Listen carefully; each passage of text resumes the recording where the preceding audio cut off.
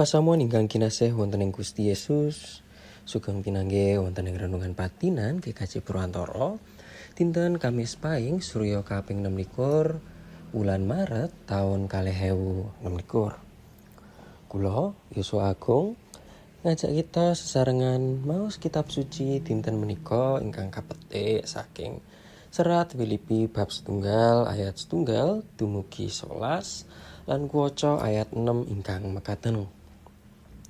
Tumraping iku aku yakin banget menawa panjenengane kang miwiti pakaryan becik ana ing antaramu iku bakal mbacutake nganti tumeka ing wekasane ing dinane Sang Kristus Yesus. Rahayu sedaya tiyang ingkang mirengaken lan nindakaken wonten ing gesang padintenan kanthi setya tuhu. Hosiana. Amin. Pasamuan ingkang kinasih wonten ing Gusti Yesus, jejer renungan wonten ing dinten menika yaiku saking wiwitan dumugi pungkasan. Wonten ing Serat Filipi bab 1 ayat 6, Rasul Paulus paring paseksi kanthi yakin bilih Gusti Allah ingkang sampun witi pakaryan ingkang sae wonten ing gesang kita mesti badhe nerusaken ngantos rampung ing dintenipun Yesus Kristus. Wonten ing mangsa prapaskah menika kita sami kaajak supados kendel sekedap nyawang dhateng manah kita piyambak.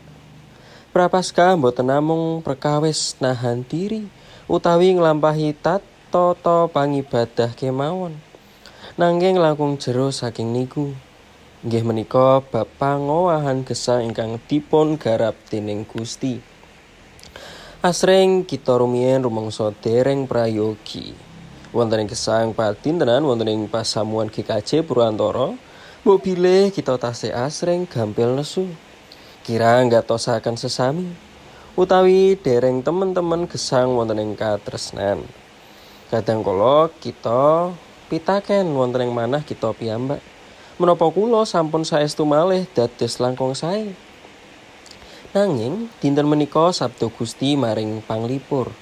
Gusti nderek rampung nyambut damel wonten ing gesang kita.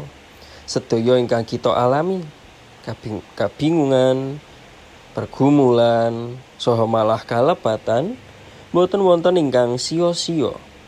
Gusti saweg nyambut damel kanthi alon nanging mesti.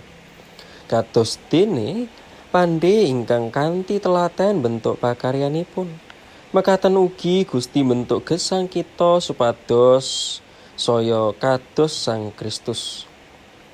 Wonten ing gesang bebrayan pasamuan GKJ Purwantara, kita sampun lumampah sesarengan wonten ing pangibadah lan pakaryan pasamuan. Nanging prapaskah ngelingaken bilih pangowahan sejatos wiwit saking manah kita piyambak. Saking kersaning manah kagem ngapurani, ngladosi kanthi tulus lan setya wonten ing perkawis-perkawis alit. Awit saking menika, enjing menika kita sampun ngantos ngraos semplah manah menawi taksih kathah kekirangan. Sampun nyerah menawi dereng sampurna. Kita ugi saged tansah eling. Eling napa? Eling bilih Gusti menika sampun wiwiti, mesti ugi badhe ngrampungaken. Monggo kita ndedonga. Duh Gusti Allah ingkang Maha Asih, kawula ngaturaken panuwun awit paduka boten nate kendel nyambut damel wonten ing gesang kawula. Wonten ing mangsa prapaskah menika mugi paduka saged bentuk manah kawula dados langkung lembah manah, langkung mituhu lan langkung kebak katresnan. Mugi kawula tansah pitados bilih paduka saweg nyampurnakaken gesang kawula dinten demi dinten. Amin.